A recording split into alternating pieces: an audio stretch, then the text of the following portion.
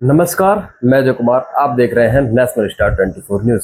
इस वक्त मौजूद हैं फरीदाबाद के सेक्टर बारे में। बात करेंगे प्रोफेसर डॉक्टर एमपी सर से। तो सर, जिस तरीके से देखा जा रहा है लगातार कहीं ना कहीं जो अब वीडियोस निकल के आ रही हैं सोशल मीडिया के माध्यम से, जो प्लेन क्रैश हुआ था। देखिए, सबसे पहले तो आपके चैनल के माध्यम से मैं लोगों को अवगत कराना चाहता हूं और आपके चैनल का भी धन्यवाद करता हूं कि जागरूकता के लिए इस प्रकार की खबरें आप समाज में देते रहते हैं। यह बहुत बड़ा मुद्दा था क्योंकि एयर इंडिया एक बहुत बड़ा नाम है और आज तक की तारीख में एयर इंडिया का ड्रीम लाइनर जो ये एरोप्लेन था, हाँ जी, ये ड्रीम लाइनर था, तो ये आज तक की तारीख में कभी क्रैश नहीं हुआ, कभी नहीं हुआ। ये पहली बार ऐसा देखने को मिला कि ये उड़ा ही नहीं और उड़ने के तुरंत बाद 2 मिनट बाद ही, एक ही मिनट 59 सेकंड, 2 मिनट भी नहीं, हाँ जी, एक ही मिनट के अंदर ये टेक ऑफ कर गया। मतलब ऐसा क्या हुआ,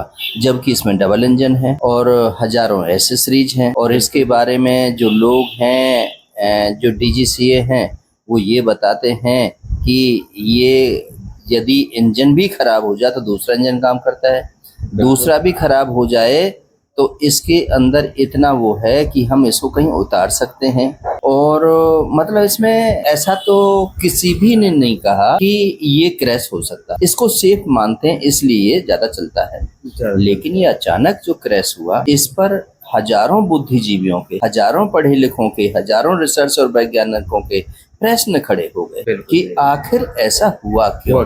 और फिर उसके अंदर तो एक ही बचा है 11A पर, लेकिन लोग जो वहाँ देखने वाले हैं वो बता रहे हैं कि इसमें अंदर ही कोई ब्लास्ट हुआ है और जिसकी वजह से मतलब जो है इसमें टेक्निकल प्रॉब्लम होती तो से उड़ता ही नहीं, पहले चेक किया जाता है। हाँ जी, चेक किया और जाता है। इसमें हजारों लीटर, क्योंकि ये दिल्ली से लंदन की तरफ, लंदन वहाँ 1.5 लाख लीटर बताया जा रहा है। हाँ, तो इतना डीजल, इतना ईंधन इसमें है और उस ईंधन के बावजूद ये गिर रहा है, तो बहुत ही मतलब जो संदेहास्पद स्थिति है। और इस स्थिति को तो मैं समझ सकता हूँ कि परमात्मा के सिवा कोई नहीं जानता। क्या इसमें आतंकवाद से जुड़ा तो कोई पर्सन नहीं हो सकता, या हो सकता है किसी की साजिश के जरिए? अपनी अपनी सोच है, बिल्कुल। जोड़ने के लिए आप किसी कहीं से भी जोड़ सकते हो, लेकिन मेरे अनुसार ये आतंकवाद से जुड़ा हुआ मसला मुझे दिखाई नहीं पड़ रहा। नहीं पड़ता, क्योंकि ऐसा भी देखा गया है कुछ वीडियो के माध्यम से, जो पायलट थे खुद जब उन्हें देखा कि भाई पार नहीं लगा पा रहा, तो उन्होंने भी कोशिश की संपर्क करने की टीम से, लेकिन उनकी आवाज भी नहीं जा पा रही थी टीम तक कि वो कुछ सुन सकें, समझ सकें या कुछ उनकी हेल्प कर सकें। देखिए, मैं पायलट को सैल्यूट करता हूं क्योंकि पायलट ने जितना अच्छा काम कर सकते थे उतने से बेहतर काम उन्होंने किया। यदि बाय द वे जैसे प्लेन उड़ता है इस प्रकार से उड़ता है, ऐसे उड़ता है और ऐसे ना उठ करके उन्होंने ऐसे कर दिया, और यदि वो ऐसे कर देते तो पता नहीं कितना बड़ा नुकसान होता, कितनी बड़ी बस्ती का नुकसान होता। क्योंकि मैं इसलिए कह रहा हूँ कि पहले फरीदाबाद में यहाँ पर पर्वतीय कॉलोनी में एयर एम्बुलेंस गिरी और मैं प्रत्यक्षदर्शी हूँ। क्योंकि किस समय की बात थी जब गिरी थी यहाँ पर्वतीय कॉलोनी में? ये 2011 की बात, 2011 की बातें हैं और उसमें एक यात्री को इलाज करने के लिए लेकर के जाया जा रहा था। तो उस समय जब वो गिरी थी तो उसमें आग लग गई। 3 ऊपर सो रहे थे, तो जैसे ही उस क्रेन एयर एम्बुलेंस में आग लगी वो तीनों जल करके मर गए और ऊपर की छतें टूट गई। तो जैसे ही सीपी साहब के पास, डीसी साहब के पास में यहाँ पर फोन आया तो उन्होंने हमें अवगत कराया। हमारी जो क्यूआरटी टीम थी वहाँ पर पहुंची। सबसे पहले मौके पर मैं शत्रुजीत सिंह कपूर जो आज डीजी हैं और बलराज जी जो डिप्टी कमिश्नर रिटायर्ड हो चुके हैं, हम लोग वहाँ पहुंचे थे। हमने वहाँ पर जब देखा कि वो छोटे सा रास्ता है, उसमें एम्बुलेंस नहीं जा सकती, फायर ब्रिगेड नहीं आ सकती, हमने लोगों के जो टैंक थे पानी भरे हुए थे उनसे उस आग को बुझाया और अंदर जो लोग जैसे आग लग रही थी उसमें से लोगों को निकाल करके सिविल हॉस्पिटल पहुंचाया।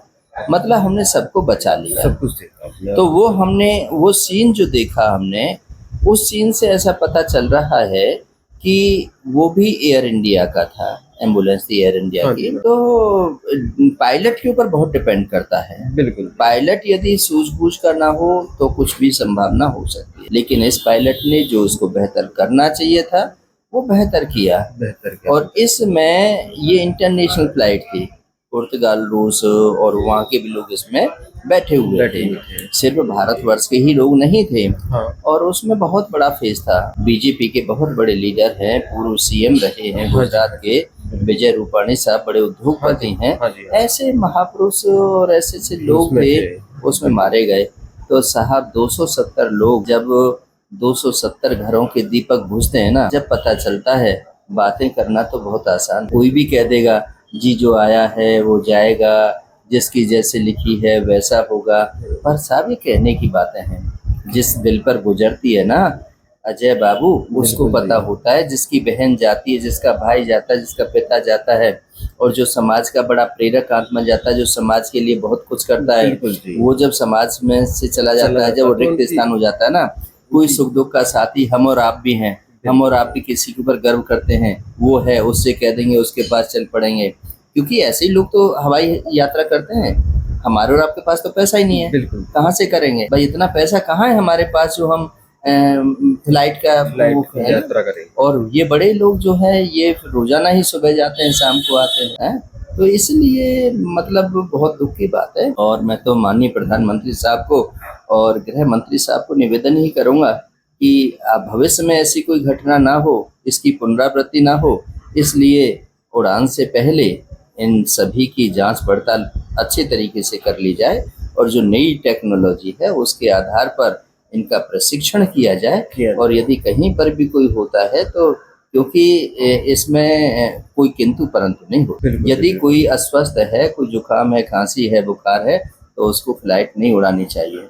यदि कोई घर में कोई टेंशन है, मियाँ बीवी की आपस में झगड़ा है, बहन बेटी का कोई आपस में विवाद है, तो उस स्थिति में भी फ्लाइट नहीं उड़ाना चाहिए। क्योंकि दिमाग के अंदर वो कंफ्यूजन रहता है, टेंशन रहती है, और उस टेंशन में जो इतने बड़े हादसा होते हैं, ये उसी प्रकार से कई बार ऐसा हो जाता है। जैसा कि आपने देखा, प्रोफेसर डॉक्टर एमपी सिंह ने हमें बारीकी से एक एक बात बताई, और कहीं ना कहीं फ्लाइट या उड़ान को उड़ने से पहले उसका पूरा प्रशिक्षण किया जाता है, हर चीज चेक की जाती है।